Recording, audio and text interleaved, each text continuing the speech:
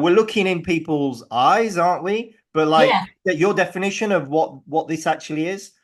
we use an eye chart that has all the parts of the eye laid out, you see, and when there's a weak spot in the eye, the only thing we can see is tissue conditions. We can't name diseases. Like we can say there's a weakness in your pancreas area, and uh, a doctor would say they have diabetes, but we don't diagnose. We can't do that. But I can send them to somebody to for tests. Mm. Um, so the only thing you can see in the eye is tissue conditions. Yeah. So say what you see. So it really is, it's all about observation and being able to put that into words, what you're seeing. And that chart you just showed me, so it seems as though, so it's like a holistic approach to health, but through the eye. The eye is like the channel that we're using to see our whole being. Is that Yeah, what you say? every time there's a weakness somewhere in your body, it'll show up on the iris. And so I take an iris chart and I mark all the places I see, and then I evaluate it, and I can prioritize and say, well, this your circulation system is your worst system. The next one is your digestion, so on, like that. And then if they like, I can recommend things that have helped other people with those conditions. Mm-hmm. And so I can do a program for them, and the eye starts to change, but very slowly. So I have them come back in 2 or 3 months to see any changes. So there's all these different areas around the eye. You kind of map it out. There's like this map, which you just shown me. And then you're looking, and each part of the eye corresponds to part of the body. Or That's right. yeah. Yeah, and the nice part is the unique part of iridology is you can see the whole body at once. And so rather than going to like a gynecologist or a cardiologist, and I can do all that myself, you know. No, and it's a right now thing. What's going on right now in the body and what might be happening in the future. Um, Most of the little marks you see in the eye are subclinical. Because you have presumably a device like a very high-powered magnifying glass or something, which you're using to do this. Yes, stereo microscope, yeah. And it gives me depth perception, and that's a real help too. Because when there's a weakness in the body, a mark like an almond forms in the eye. And by looking at inside that mark, you can tell how old it is, you know, and or if it's filled in, it's a healed up place.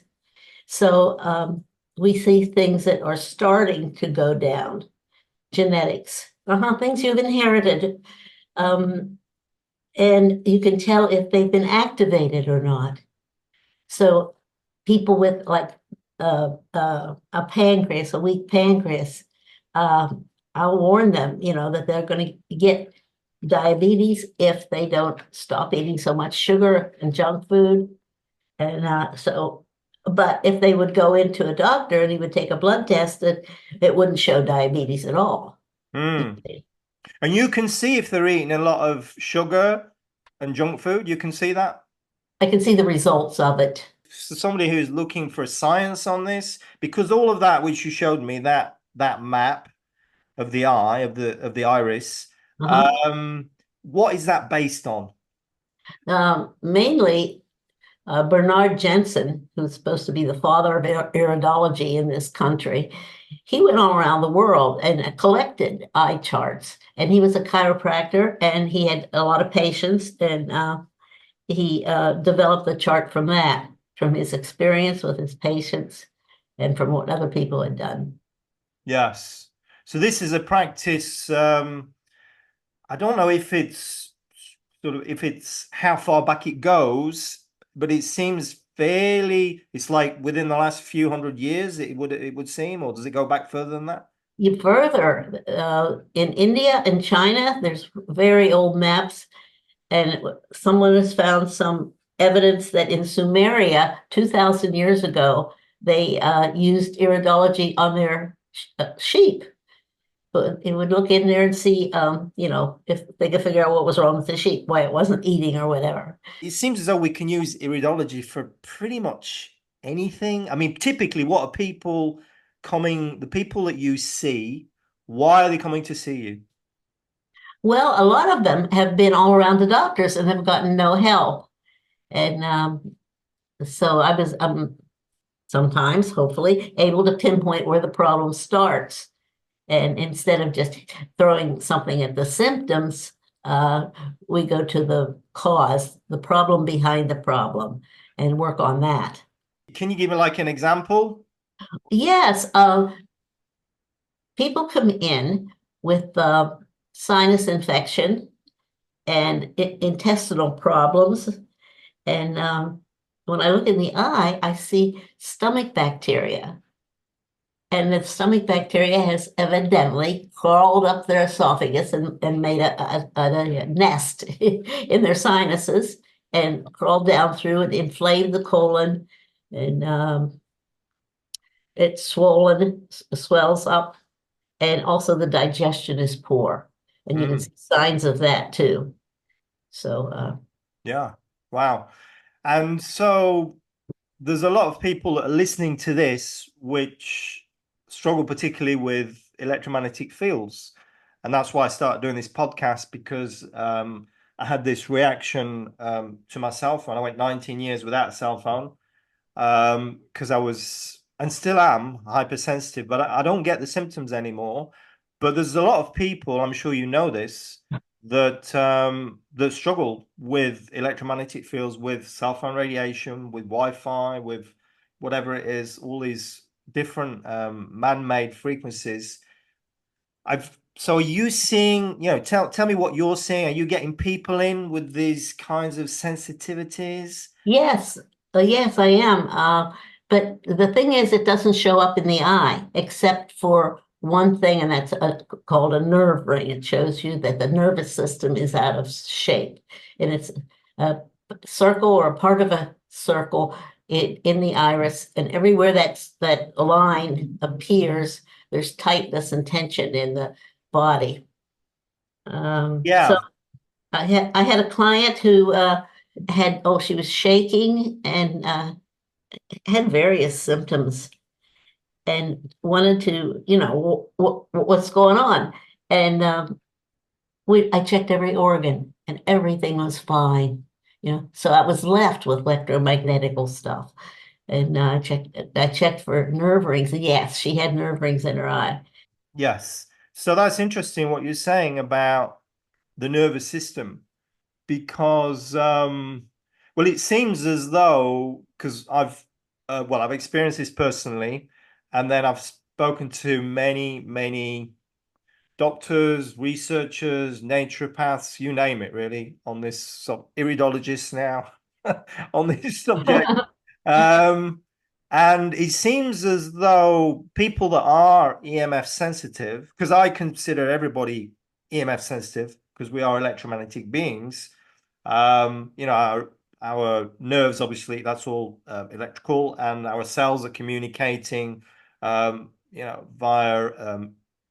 electricity, electro fields. It's all about energy and different kinds of energy. So we're these subtle energy beings, and it's what I've observed is that people that, including me, I've got a very my nervous, I've got a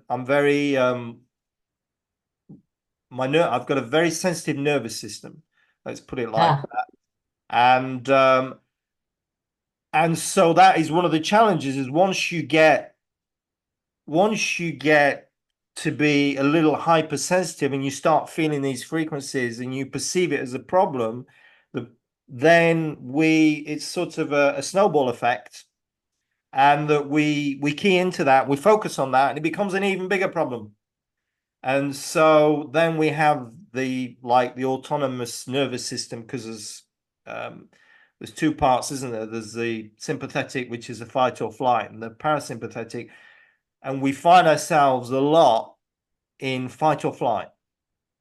And so we've you know, our nervous system is basically it kind of working against us because it's perceiving that there's a threat there all the time, and therefore we're creating, you know, biochemistry, hormones, or so on to deal with a threat. But the problem is the threat, you know, the threat is the EMFs, but the EMFs are 24/7. So then we get in this spiral of, well, it just kind of, if we're not careful, it just can get worse and worse and worse. And so it's, yeah, so the nervous system seems really central to all of this. Listen, Judy, thank you so much Oh, for you're sharing welcome. here. Uh, It's really, I think it's extremely valuable what you've shared. A very unique perspective on this. I know you've got a lot of experience, and I know you don't normally do interviews, so I really appreciate you taking the time to speak to me. And thank you, Harvey, for setting this up. Uh, and yeah, so the website is iridologynyc.com. I encourage you to go there. My name is Lloyd Burrell from electricsense.com. Until next time, thank you so much. Take care. Bye bye. Thank you, Lloyd.